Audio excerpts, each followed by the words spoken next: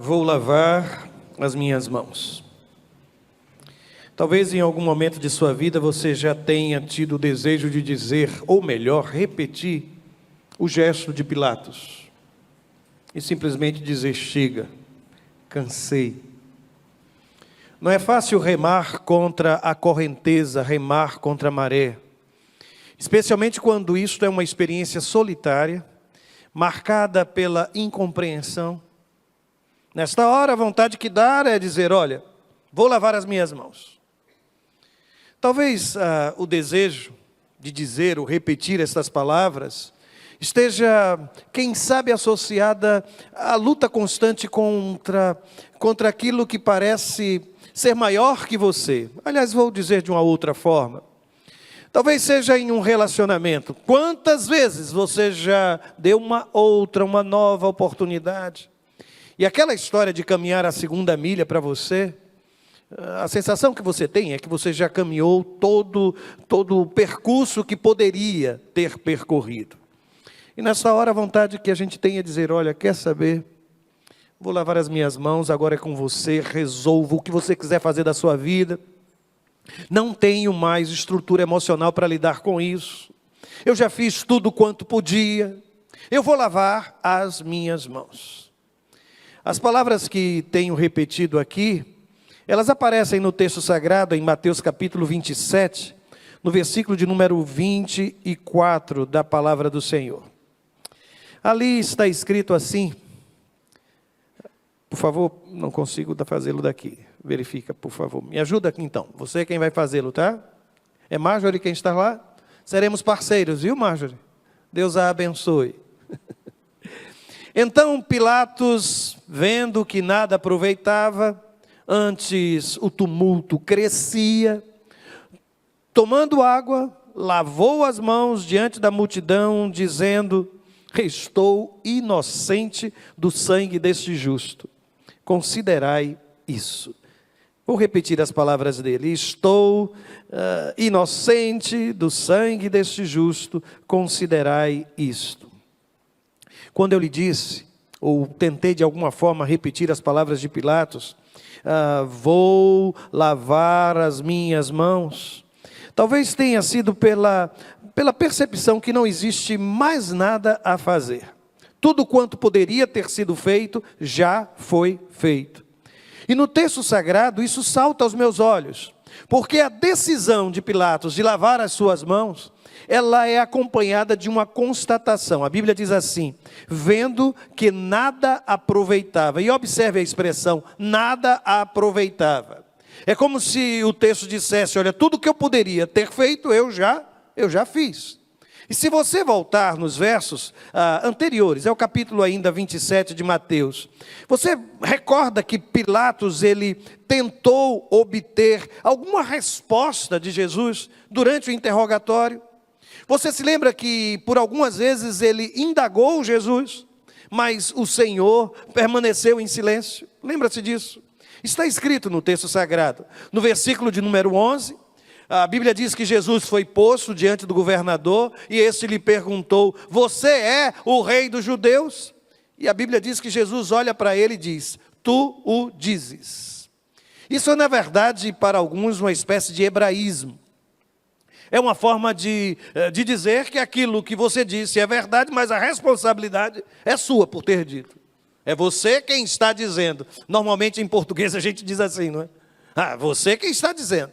Mas no fundo você sabe, você tem a plena convicção de que aquilo que foi dito corresponde à verdade. Mas Jesus, ele não é claro. Ele simplesmente olha para Pilatos e diz, olha, tu o dizes. Eu até acredito que Pilatos talvez não fosse tão familiarizado com essas expressões idiomáticas, mas aqui prevalece o fato de que Jesus simplesmente não responde, como Pilatos gostaria de ter sido respondido.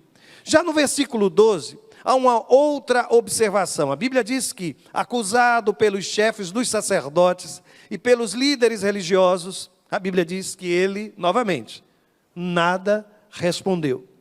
Se não for bastante, vá para o versículo de número 13.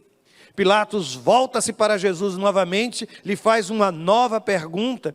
E quando eu leio este verso, especialmente aquela expressão, você não ouve, parece que o texto reproduz o que às vezes acontece no diálogo entre um casal. Você não me escuta, você não ouve aquilo que eu digo.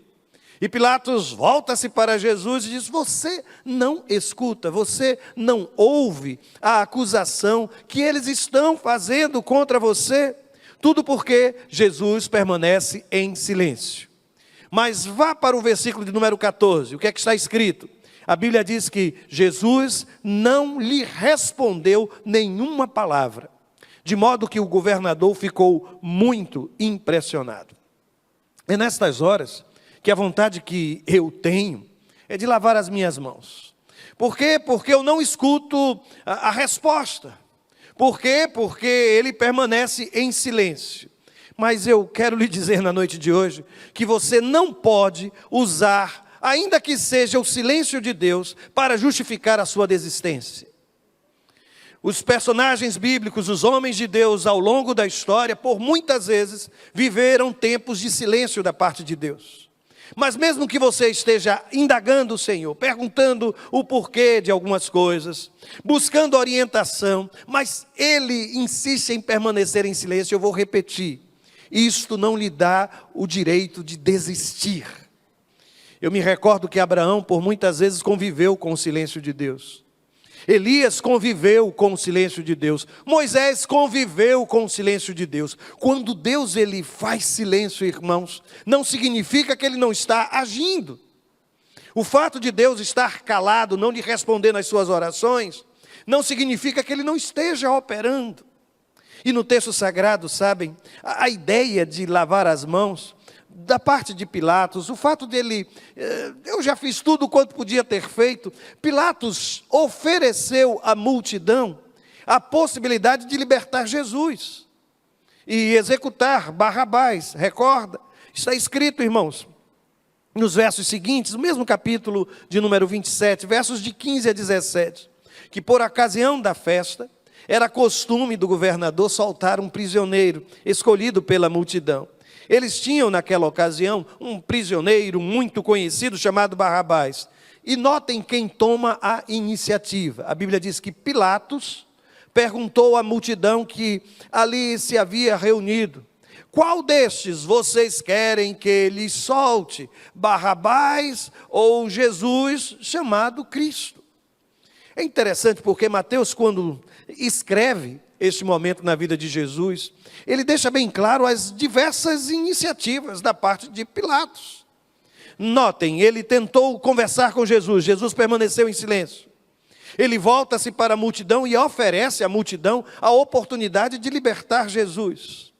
Mas é aqui que eu aprendo, irmãos, que as escolhas tomadas por aqueles que estão à minha volta, à sua volta, não podem determinar o curso da minha história ou da sua história. Algumas vezes nós queremos desistir porque Deus está calado. Outras vezes nós queremos desistir porque todos, em coro, estão gritando Barrabás. Eu tenho plena convicção, os meus princípios não escolhem Barrabás. A minha fé, ela não caminha na direção de Barrabás. Mas, escuta, pastor, o grito da multidão. Isso hoje se transformou em algo comum, em algo normal, em algo tolerável. E é nesta hora que às vezes nós temos vontade, desejo de lavar as mãos. Porque lutar sozinho, gritar sozinho o nome de Jesus, quando todos estão gritando o nome de Barrabás. Mas talvez essa não seja a sua dificuldade. Talvez você hoje esteja pensando em lavar as mãos, e normalmente a gente diz assim, antes que a coisa toda piore. Quer saber?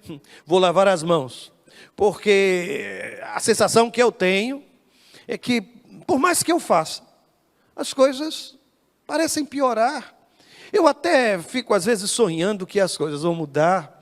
Ele mudou por algum tempo, ela mudou por algum tempo, mudou a forma de me tratar, mudou a forma de lidar com certas coisas, mas de repente eu sou surpreendida.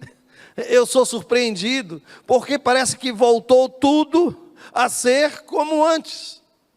E aí nesta hora eu me lembro do que aconteceu com Jesus. Eu não sei se você se recorda, que a Bíblia diz assim, que então Pilatos, vendo que nada aproveitava, recorda-se do primeiro verso que lemos? Antes, o que é que acontecia? O tumulto crescia. Aí a Bíblia diz que ele, tomando água, lavou a mão diante da multidão. É fácil perceber que a percepção que teve Pilatos, de que por mais que ele fizesse, as coisas não melhoravam, pelo contrário, só pioravam, também contribuiu para que ele tomasse aquela decisão. Ele toma a decisão porque percebe que as coisas não melhoram, pelo contrário, parecem até piorar. E é nesta hora que a vontade que a gente tem é semelhante a Pilatos. É lavar a mão publicamente e dizer, olha, eu fiz o que eu poderia ter feito. Minha consciência, pastor, está tranquila. Eu tenho a certeza de que eu caminhei, que eu investi, que eu me dediquei, que eu fiz tudo quanto podia. Eu só quero que você observe, que você perceba, que há alguns interesses por trás de todo o mal que lhe vem, ou que vem lhe acontecendo. Eu vou mostrar, no texto sagrado, no versículo 20, está escrito assim, mas os chefes dos sacerdotes e os líderes religiosos convenceram a multidão a que pedisse Barrabás e mandasse executar a Jesus. Às vezes a gente não observa a influência que alguns de fora estão exercendo sobre aqueles que estão de dentro. Às vezes a gente não consegue perceber que por trás daquela atitude do meu filho, que hoje eu até desconheço, eu não consigo, não é o meu filho, não é a minha filha. Há quem sabe outros, sabe, influenciando, levando para caminhos, justificando comportamentos, apoiando a escolha errada. E às vezes a gente não percebe. Sabe, às vezes a gente não percebe que por trás de uma crise conjugal, talvez você esteja dando ouvidos ao conselho que não vem da boca de um homem de Deus, não vem como sugestão de uma mulher de Deus para a sua vida. E eu vou dizer, ao longo desse tempo eu já vi conselheiros e conselheiras interessados em uma das partes do relacionamento. Estão entendendo o que eu quero dizer, não estão? E por trás de tudo aquilo, havia algo satânico, demoníaco.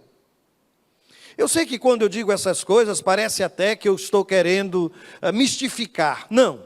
Enxergar o espiritual, nestas horas especialmente, não é uma questão de misticismo, mas de sobrevivência. Você precisa entender o que está escrito na palavra, que a nossa luta não é contra a carne, nem contra o sangue, mas contra potestades, contra espíritos, contra poderes espirituais. Ou os irmãos acham que toda esta campanha para a destruição da família vem de Deus. Ou os irmãos acham que todo esse discurso contra valores que nos são tão preciosos emanam do altar do Senhor. Não, irmãos. A Bíblia me diz que o mundo jaz no maligno. E eu preciso ter plena noção disso. Cuidado com quem você escuta. Cuidado com quem tem sido a sua fonte de conselho. Cuidado com quem você ocupa o seu tempo. É impressionante, irmãos. Mas na história bíblica, as perguntas feitas por Pilatos também me ensinam uma verdade, que talvez seja de todas a mais difícil. É quando eu observo que eu preciso guardar as minhas perguntas comigo. Guarde as suas perguntas com você. E eu vou explicar por quê. Lendo o texto, eu fiquei impressionado, porque no versículo 21, o governador Pilatos, olhando para a multidão, fez uma pergunta: qual dos dois vocês querem que eu lhes solte? Qual foi a resposta? Barrabás. E eu continuei a ler o texto, e no verso 22, uma outra pergunta de Pilatos. E ele pergunta: que farei então com Jesus chamado Cristo? Qual foi a resposta? Crucifica-o. E eu continuei a ler o texto. E no versículo 23, uma terceira pergunta. Por quê? Que crime ele cometeu? Perguntou Pilatos. Qual foi a resposta? Gritavam, ainda mais, crucificam. O que eu quero lhe dizer com isso? É que às vezes você já sabe qual vai ser a resposta, sabia? E quando aquela criatura já botou na cabeça, e gente teimosa é uma coisa impressionante, meu Deus. Já tomei uma decisão, e sabe, alguns se sentem até parentes da realeza. Imaginam que carregam dentro de si sangue azul, sangue real. Porque dizem assim, a minha palavra é palavra de rei. E palavra de rei não volta atrás. Que tolice! Quanta tolice! No texto sagrado, à medida que ele perguntava, a resposta esperada surgia. E lá está você sofrendo, sabe, mendigando atenção, mendigando sentimento, mendigando um favor, mas você já sabe. Deixa eu lhe dizer, enquanto não houver uma transformação, enquanto não houver uma conversão verdadeira, genuína, as respostas serão sempre as mesmas. Mas aí você bate na porta de novo e pergunta, mas você não me ama? Qual vai ser a resposta? Não amo. E lá está você novamente sofrendo. E você vai ao entorno do seu filho, tenta cercá-lo, falar da graça, falar da misericórdia. E qual vai ser a resposta dele? Vai ser a mesma, de indiferença. Aí você corre para o seu quarto e continua a chorar a noite inteira. Você precisa entender que talvez ainda não seja o tempo de fazer estas perguntas. E aprender a conviver com certas perguntas, irmãos, é tão sábio, é tão sábio. Ainda, vou repetir, viu? Ainda não é hora de perguntar. Conviva com a sua pergunta. Coloque diante de Deus. Espere que Deus lhe responda. E mesmo que Ele lhe faça silêncio, talvez ainda não seja a hora de você lavar as suas mãos. Talvez não seja ainda a hora de você lavar as suas mãos. Aprenda, portanto, a conviver com perguntas para as quais você não irá encontrar respostas. Mas talvez a tentação de dizer assim, olha, vou lavar as minhas mãos, venha da ideia de que, olha, para depois a culpa não ser minha. Eu vou lavar as mãos, eu vou ser bem claro, eu vou deixar claro, para depois não colocarem a culpa sobre os meus ombros. Eu acho interessante porque na história bíblica, naquele primeiro verso que lemos, está escrito assim, depois de lavar as mãos, ou no momento em que ele está lavando, Pilatos vira-se para aquelas pessoas e diz assim, escuta a palavra aqui, inocente do sangue deste justo, considerai isso. Um dos momentos mais interessantes em aconselhamento pastoral é quando eu converso com um inocente. E o curioso é que eu já vi gente convivendo com crises no relacionamento, dois inocentes. Eu não consigo encontrar a figura do culpado. Os dois são inocentes. É uma coisa impressionante. Eles apresentam respostas para tudo. Eles sabem apontar o defeito do outro. E fazem isso com maestria. Mas eles vivem numa convicção inabalável que a inocência é a sua companheira. É a sua amiga por excelência. No texto sagrado, sabe, irmãos, a palavra dada por Pilatos talvez registre um pouco de temor daquele homem, de medo de ser considerado culpado, ou pelo menos com as consequências da culpa, porque logo depois, lembra-se daquela palavra de sangue, caia então o sangue sobre nós, lembra-se disso?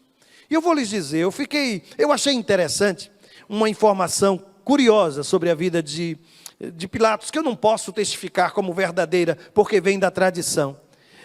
Que aquela provavelmente parece não ter sido a primeira vez que Pilatos precisou recuar diante da paixão religiosa dos judeus. Dizem que quando ele tinha 40 anos, chegou em Jerusalém, e chegou liderando a tropa dos romanos, e eles traziam imagens do imperador entrando em Jerusalém, e quando isso aconteceu, os judeus mais ortodoxos, vendo isso, lançaram-se por terra e ficaram deitados, para impedir o avanço de Pilatos, perdão. E o que acontece é que ele teve que recuar. Ele sabia que aquilo, se essa informação é verdadeira, que aquilo era uma questão muito sensível entre os judeus, que a questão da religião entre os judeus era algo como que passional, e ele precisava tomar alguma decisão. E aí no texto sagrado há uma outra referência no versículo 19, preciosa. Por quê? Porque esse homem me parece também um homem marcado pelo misticismo. Ele é um homem que tem um grande temor. A Bíblia diz no versículo de número 19, que estando Pilatos sentado no tribunal, sua mulher lhe enviou esta mensagem: não se envolva com este inocente, porque hoje em sonho sofri muito por causa dele. Vejam só, irmãos, um marido, no meio de um trabalho, é interrompido pela esposa com um recado como esse. Dá para ignorar, somente os homens casados, dá para ignorar uma palavra dessa? Não dá. Se de repente alguma coisa acontecer e você chegar em casa, qual vai ser a primeira palavra? Eu avisei, eu disse, eu sabia que isso não ia dar certo. E o curioso é que Herodes, ele não é um judeu, e a esposa dele também não. O que se percebe é que entre aquela gente, os sonhos eram como que comunicação das divindades para com os seus. Ela está temerosa, e ela manda um recado. Ele sabe que tudo aquilo envolve uma paixão religiosa tremenda, e ele não sabe lidar com isso. É nesta hora que a vontade que a gente tem, qual é? Vou lavar as minhas mãos. Mas eu queria lhe dar uma palavra em função disso. Fique muito atento, viu, aos sinais de Deus. Se houver aqui alguma mulher de Pilatos, fique atenta, viu, minha irmã? Fique atenta, mande recado mesmo. Mande recado para Pilatos quando ele estiver trabalhando. Quem sabe Deus vai estar usando a irmã para abençoar a vida do seu amado. Agora, se nós não tivermos essa percepção, que Deus ele fala, que Deus ele repreende, que Deus ele sinaliza, nós vamos perder o senso da história, ou o propósito da história. Mas aqui, uma outra observação que faço, é que lavar as mãos era um gesto simbólico, muito mais judaico que romano. Eu vou explicar-lhes por quê. Há no texto sagrado, lá no Antigo Testamento, em Deuteronômio capítulo 21, versos 6 e 7, que orienta a questão da perda de um animal. Aí o texto diz assim: então todas as autoridades da cidade mais próxima do corpo lavarão as mãos sobre a novilha. Encontraram uma novilha morta. Quem matou essa novilha? Aí o que é que o texto sagrado vai dizer? As autoridades vão, cujo pescoço foi quebrado no vale, e declararão. Está escrito assim: as nossas mãos não derramaram este sangue, nem os nossos olhos viram quem fez isso. A impressão que tenho é que Pilatos repetiu a mesma orientação do texto de Deuteronômio para dizer: olha, eu não tenho culpa nisso não. Estou aqui lavando as minhas mãos. Para os romanos isso não significava muito, mas para os judeus sim. É por isso que eu preciso entender que a libertação da culpa, ela só acontece a partir do encontro com a graça de Deus. Na vida de Martinho Lutero, esta coisa da justificação pela fé foi uma libertação. Dizem que quando ele estava no mosteiro, ele não cessava de lavar as mãos. E aquilo se tornou compulsivo na vida de Martinho Lutero. E todas as vezes que ele lavava as mãos, ele dizia: ó Deus, lava a minha vida, purifica a minha vida, assim como as minhas mãos estão sendo lavadas com esta água. Aquele homem não tinha paz. E eu só quero lhe dizer uma coisa: você pode lavar as suas mãos quantas vezes quiser. A culpa pelo pecado, o perdão da parte de Deus, ela só vem pelo sangue de Jesus vertido na cruz do Calvário. Não há nada que eu possa fazer, absolutamente não. Por isso, nós somos como que desafiados a fazer uma escolha, sabe, irmãos? Porque a Bíblia me diz que Pilatos, ele lavou as suas mãos. E o curioso é que naquela noite anterior, a Bíblia vai me dizer que Jesus lavou os pés dos seus discípulos. Isso é tão forte para mim, porque Pilatos, ele pede a bacia com água para lavar as suas mãos. Ele quer se declarar inocente. Ele quer não carregar o peso daquela decisão. Ele está preocupado com ele. A preocupação de Pilatos é com a continuação de sua liderança política. Mas Jesus, ele não faz isso. Jesus, ele lava os pés dos seus discípulos. Ele continua preocupado com o outro. Ele continua com o compromisso de servir. Quando Jesus lava os pés dos seus discípulos, dos seus apóstolos, ele está declarando a mim e a você que ele é servo. E que é na dimensão de servo que nós precisamos cumprir a vontade de Deus. Mas o texto vai me mostrar, sabem, que Pilatos, ele não quis se comprometer com aquele que ele sabia que era inocente. O texto sagrado chega a dizer que ele argumenta com os líderes judeus. Eu não vejo nenhuma culpa, nenhum erro neste homem. Ele é inocente, mas mesmo com esta convicção, ele não quis se comprometer. Ele tirou o seu corpo da história. Agora, quando eu olho para Jesus, eu vejo Jesus se entregando pelo condenado. Jesus, ele não tira o seu corpo. Jesus, ele permite que o seu corpo seja pregado no madeiro. Para mim e para você que temos sobre nós uma sentença de condenação pelo pecado. Mas aí eu olho para Pilatos e percebo que Pilatos estabeleceu limites para a sua simpatia. Você percebe que Pilatos, ele tem uma certa admiração em torno de Jesus. Ele é simpático. Ele considera Jesus como um inocente. Ele reverencia a figura de Jesus. Mas Jesus, ele manifestou o seu amor até a morte. Em Jesus não há limites para isso. Parece-me que Pilatos estava extremamente preocupado, dizendo, olha, eu só posso ir até aqui. A partir daqui eu lavo as minhas mãos, porque eu não vou assumir a responsabilidade sobre tudo isso. Eu não vou colocar este peso sobre as minhas costas. Mas Jesus, o que é que ele faz? Ele toma todo o nosso fardo, todo o nosso peso, o peso de meu pecado, da minha condenação, e carrega sobre si. A grande questão é quem eu quero ser nessa história. Se eu quero lavar os pés do outro, ou se eu quero lavar as minhas mãos. E parece-me que estamos vivendo dias em que este compromisso em ser bênção na vida dos outros, em não fazer de si mesmo o centro de sua própria história, em não se preocupar tanto consigo a semelhança do que aconteceu com Pilatos, e desconhecer a dor alheia. Por isso eu quero lhe desafiar por um instante a esse compromisso diante de Deus, e pedir que o Senhor faça de você uma espécie de mensagem clara do seu amor e de sua graça.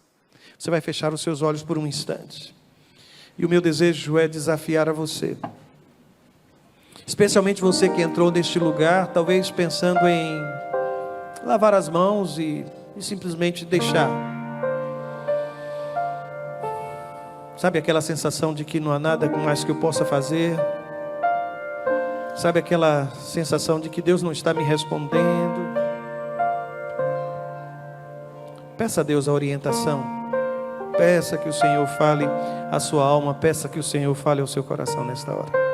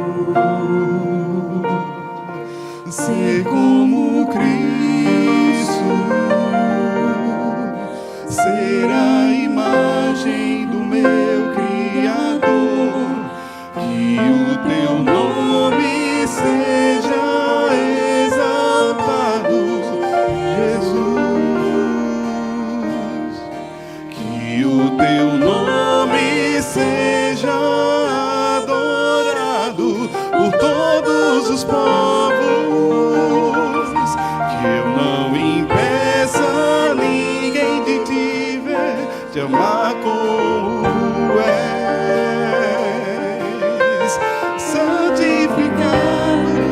seja o teu nome, que a terra se prostre em louvor a ti, Jesus.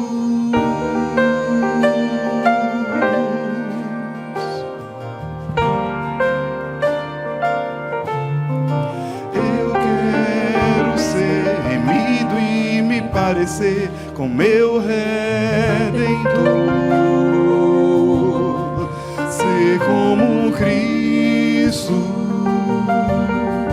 ser a imagem do meu Criador, que o teu nome seja exaltado, Jesus,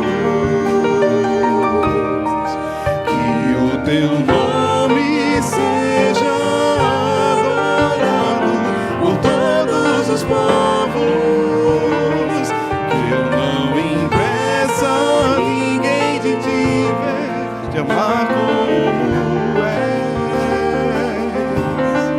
santificado seja o teu nome, que a terra se prostre em louvor a ti, Jesus.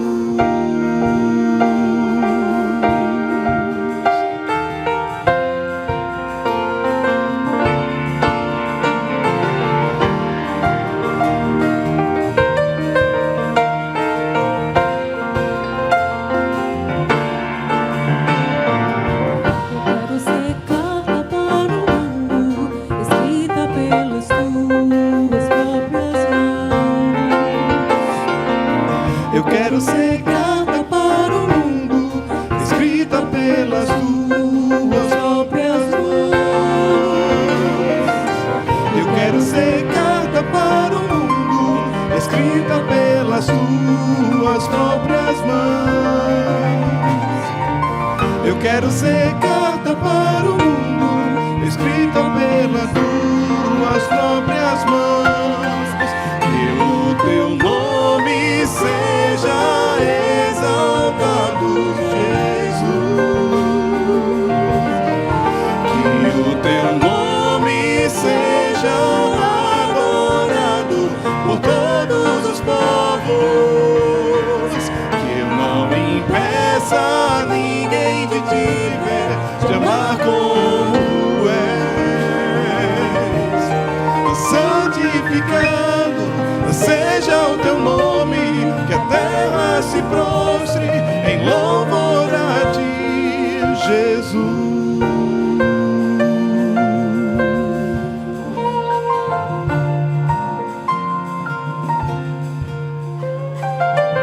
Algumas horas depois, nós tínhamos lá mãos limpas e uma outra com sinais dos cravos, ensanguentada. Todos nós precisamos tomar a decisão.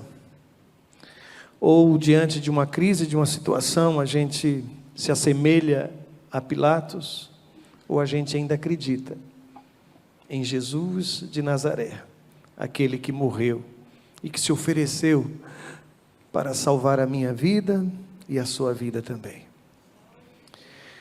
Ó Deus, nós estamos na tua casa. E ao longo de todo esse tempo a tua voz ecoou neste lugar. Se há alguém entre nós, Senhor, lutando contra uma força, um poder, um movimento, gente, isso tem causado cansaço na alma e no coração. Talvez essa luta já perdure por muito tempo e as forças já se foram, meu Pai. Se há alguém, mesmo em casa, nos acompanhando nesta hora, Pai, até com pensamentos de morte, meu Deus, imaginando que a única saída seja fugir de tudo isso, ou cultivar a indiferença, simplesmente lavar as mãos e não lutar mais pelos seus filhos, não lutar mais pela própria vida. Em nome de Jesus, Pai, opera mudanças nesse momento. Transforma, meu Pai. Renova a tua graça sobre as nossas vidas. Em nome de Jesus, Senhor. Nós queremos carregar conosco a certeza do teu cuidado, mesmo quando tu continuas em silêncio, meu Deus. Fala aos nossos corações neste momento e aquieta o nosso coração, em nome de Jesus, Pai. Aquieta o nosso coração, em nome de Jesus. Amém.